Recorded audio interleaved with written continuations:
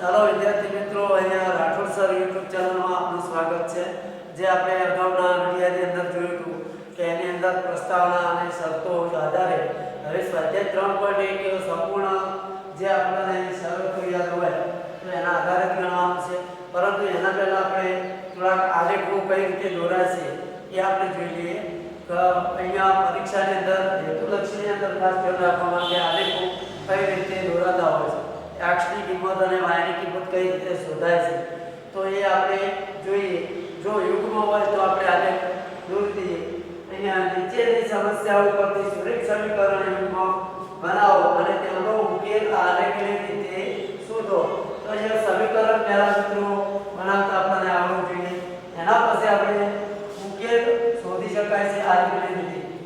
તો અહીંયા પહેલો દાખલો જોઈએ કે ધોરણ 10 ના 10 વિદ્યાર્થીઓ ગણિતના કોયડાની સ્પર્ધામાં ભાગ લે છે। જો ભાગ લેનાર છોકરીઓની સંખ્યા છોકરાઓની સંખ્યા કરતા 4 વધારે હોય તો છોકરાઓ અને છોકરીઓની સંખ્યા એ કેટલાય ભાગ લીધો હશે તે શોધો। તો અહીંયા છોકરા અને છોકરીઓની સંખ્યા આપણે આલેખના દ્વારા પણ શોધી શકાય। અહીંયા આગળની રીતો અહીંયા સમીકરણ યુગ્મનો ઉકેલ શોધવા માટે આપણે જે રીત ઉપયોગ કરવાની છે એની અંદર 4 રીતો હોય છે। આલેખની રીત, આદેશની રીત, લોપની રીત અને ચોકડી ગુણાકાર। પણ અહીંયા આલેખ અને છેલ્લી ચોકડી ગુણાકારની રીત અહીંયા નવા અભ્યાસક્રમમાં પૂછાતી નથી, પરંતુ હેતુલક્ષી માટે અહીંયા લીધું છે એટલા માટે આપણે જોઈ લઈએ। તો અહીંયા આપણે આદેશની રીતે અને લોપની રીતે પણ ગણી શકાય છે, પરંતુ આલેખના દ્વારા દર્શાવવું એવું કીધું છે એટલા માટે આપણે આલેખ દ્વારા જોઈએ। તો સૌપ્રથમ આપણે જોઈએ કે ધોરણ 10 માં કુલ કેટલા વિદ્યાર્થી છે તો 10। તો પહેલા આપણે ધારીશું કે ધારો કે છોકરીઓની સંખ્યા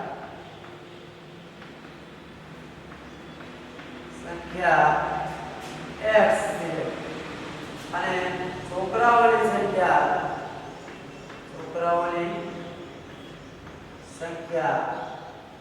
y છે। અહીંયા મિત્રો x અને y કઈ રીતે ધરાય તો આપણે અહીંયા મોટા પાયે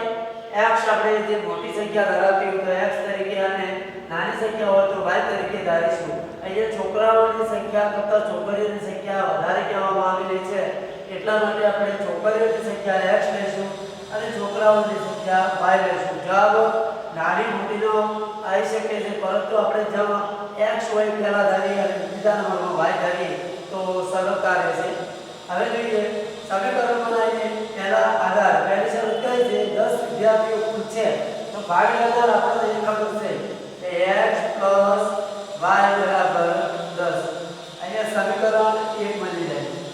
હવે સમીકરણ 2 બનાવવા માટે જો ભાગ લેનાર છોકરીઓની સંખ્યા છોકરાઓની સંખ્યા કરતા 4 વધારે હોય તો આપણને શરત આપી છે। તો અહીંયા આપણે આ રીતનું આવે તો મિત્રો બંને બાજુ સરવાળો અહીંયા બરાબર કરી દેવાનો। અહીંયા x બરાબર y। હવે હોય શું કીધું છે વધારે કીધું છે એટલે શું થાય અહીંયા પ્લસ થાય તો અહીંયા y નો ઉમેરો છે અહીંયા 4 થશે। તો આ સમીકરણ આપણે 2 બનાવીશું। આ રીતે સમીકરણ 1 અને 2 અહીંયા હવે આપણે આલેખની રીતે દર્શાવવા માટે અહીંયા જોઈએ તો પહેલા સમીકરણને આપણે x તરીકે અથવા y ને કરતા બનાવો અથવા x ને કરતા બનાવો। આની અંદર પણ x ને અથવા y ને કરતા બનાવી શકાય છે। તો પહેલો કોષ્ટક આપણે બનાવીશું, એના આધારે આપણે આલેખ પર દોરીશું। તો અહીંયા કોષ્ટક દોરવા માટે પહેલો સમીકરણ છે પહેલા આધાર, બે સમીકરણ આપણને મળી ગયા। તો x ને કરતા બનાવીએ। x બરાબર y છે 10 માંથી શું થશે 12, 10 - 6 આવશે y।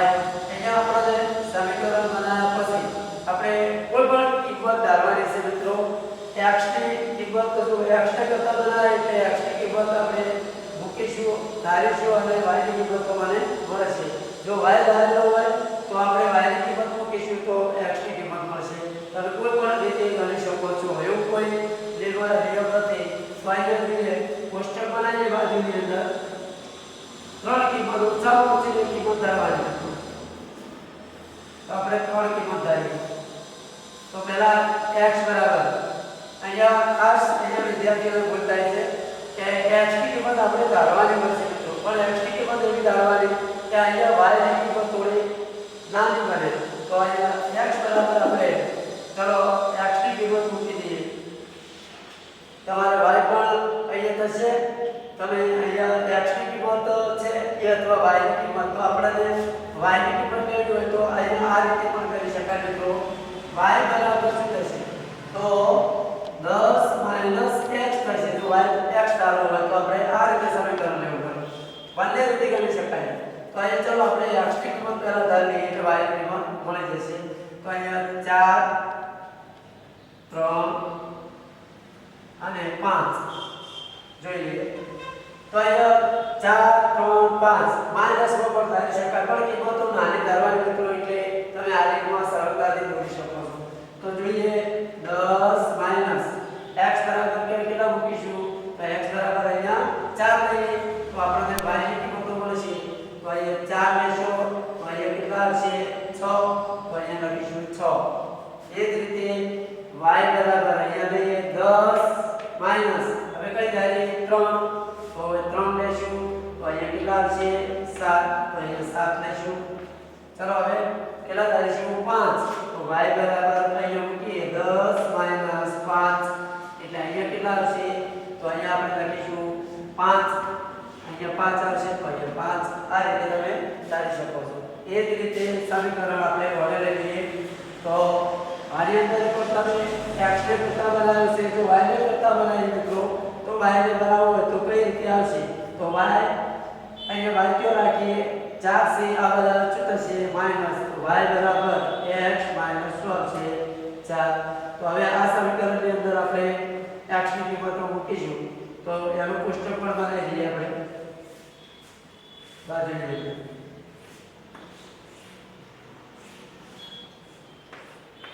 કેટલી પણ કિંમત ધારો એટલી લઈ શકાય અહીંયા ઓછામાં ઓછી બે કિંમત તો ધારવાની મિત્રો તો અહીંયા જોઈએ x બરાબર અહીંયા મૂકીએ તો અહીંયા મોટી સંખ્યા ધારવાની એટલે માઈનસ માં આવે પ્લસ માં એવું હોય આપણે મોટી સંખ્યા ધારવાની તો અહીંયા લઈ લઈએ 10 પછી હોય 5 અહીંયા 7 ચલો મૂકીએ તો અહીંયા 10 માઈનસ કેટલા આવશે 4 એટલે અહીંયા કેટલી આવશે 6 તો અહીંયા 6 આવશે એ જ રીતે હવે તમે 5 અને કેટલું આવશે તો y બરાબર આપણે મૂકીએ ચલો x બરાબર મૂકીએ x બરાબર કેટલા લેશું 5 5 માઈનસ 4 તો અહીંયા કેટલા આવશે 1 આવશે તો અહીંયા 1 મૂકીશું હવે આપણે અહીંયા કેટલા લેશું 7 તો y બરાબર આપણે ચલો x બરાબર 7 માઈનસ 7 માઈનસ 4 તો અહીંયા કેટલા આવશે 7 ને 4 કેટલા આવશે 3 7 માંથી 4 આવશે તો 3 તો અહીંયા આપણે કોષ્ટક બની ગયું હવે આપણે એક કોષ્ટકને એક બાજુ લખી દઈએ તો મિત્રો આપણે આને દોરી શકાય છે તો અહીંયા જોઈએ કોષ્ટક તમે એક બાજુ લખ્યા પછી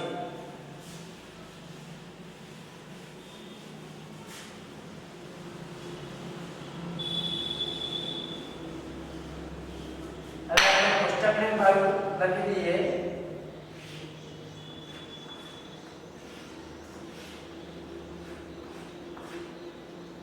બંને કોષ્ટકો આપણે બંને સમીકરણના કોષ્ટકો લખી દઈશું ચલો x ની કિંમતો કઈ ગઈ હતી 4 3 5 y ની કિંમતો આપણને કઈ મળી 6 7 અને 5 એ જ રીતે બીજા સમીકરણ માટે x અને y 10 5 અને 7 તો 6 1 અને 3 અહીંયા બંને નીકળે મિત્રો ધન કરવાની રાખવાની એટલા માટે આપણે સરળતા રહેશે જોઈએ આપણે આલેખમાં દર્શાવીએ તો આલેખ દોરતા જોઈએ ચાર ચલો દોરીએ તો આપણે અહીંયા બધા ધનનો ઉપયોગ કરવાનો છે અહીંયા જોઈએ તો બધી સંખ્યા ધન છે અને બધી ધન છે અને x માં સૌથી મોટી 7 છે અહીંયા જોઈએ તો 10 છે અને સૌથી નાની કઈ છે તો 1 છે તો આપણે પ્રથમ ચલનો ઉપયોગ થશે થશે જોઈએ આપણે 1 2 3 4 5 6 7 8 7 સુધી બધા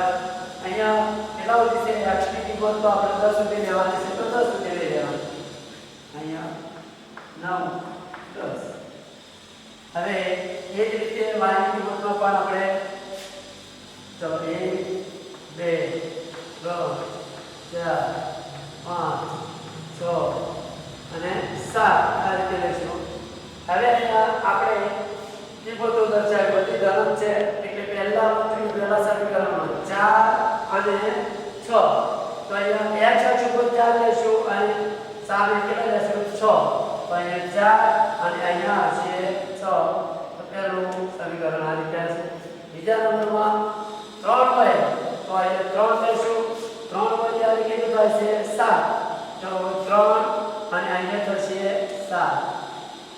તમે કોઈ પણ પ્રકારે કરી શકો અહીંયા 5 5 તો આપણે બંને 5 5 જવાનું અહીંયા 5 અને અહીંયા 5 તો આ રીતે આવશે તો આ પહેલું સમીકરણ આપણે આ રીતે દર્શાવી શકાય હવે બીજા નંબરમાં અહીંયા ચાલો બીજું સમીકરણ 10 એટલે અને 6 10 અને 6 ઉપર લઈએ 10 અહીંયા x ઉપર 10 અને અહીંયા આવશે 6 તો અહીંયા લેશું આ ગ્રાફની અંદર દર્શાવેલો મિત્રો વ્યવસ્થિત છે 5 અને 1 તો અહીંયા 5 લેશું અને 1 લેશું તો અહીંયા 5 અને 1 આવશે ચલો હવે આગળ 7 અને 3 તો અહીંયા 7 અને અહીંયા લેશું 3 તો આ રીતે આવશે તો અહીંયા તમે ગ્રાફની અંદર દોરશો તો વ્યવસ્થિત આવશે મિત્રો આ રીતે આકૃતિ આવશે તો અહીંયા જો કઈ રીતનું આવશે તો અહીંયા એક જ બિંદુ છે કે કેટલા બિંદુ એક જ એટલે 7 અને 3 એ રીતે આવશે બરાબર તો અહીંયા તમારો ઉકેલ તમને મળે એ કેવો આવશે 7 અને 3 એટલે તમારા ગ્રાફની અંદર દોરશો તો વ્યવસ્થિત અંતર આવશે તો x અક્ષ ઉપર 7 અને 3 આવશે કેટલો આવશે 7 અને 3 ગ્રાફની અંદર દોરી અને ચેક કરો કે અહીંયા x અને y જે આની અંદર જોઈએ તો એ રીતે આવે તો અહીંયા તમે આ રીતે દર્શાવી શકો માનો માત્ર એક જ ઉકેલ મળે છે મિત્રો માત્ર એક ઉકેલ મળે જ્યાં બીજે કોઈ પણ રેખાને છેદશે નહીં તમે કોઈ પણ રકમ ધારશો માઈનસમાં ધારશો ધનમાં ધારશો તે છતાંય પરંતુ તમારી એક જ જગ્યાએ માત્ર એક બિંદુએ છેદશે એટલે ઉકેલ કેટલો મળશે એક જ મળશે એટલે x ની કિંમત 7 હશે અને y ની કિંમત કેટલી છે 3 અને અહીંયા આપણા નિયમ પ્રમાણે સત્વય પણ જાય છે કે 4 ગણી વધારે છે તો છોકરીઓની સંખ્યા કેટલી છે છોકરીઓની સંખ્યા x અને છોકરાઓની સંખ્યા y એટલે બરાબર કેટલા આપેલા છે 7 અને અહીંયા 3 ટોટલ સરવાળો કેટલો થાય 7 અને 3 10 અહીંયા હવે આપણે બીજા નંબરનું એક્ઝામ્પલ પણ જોઈએ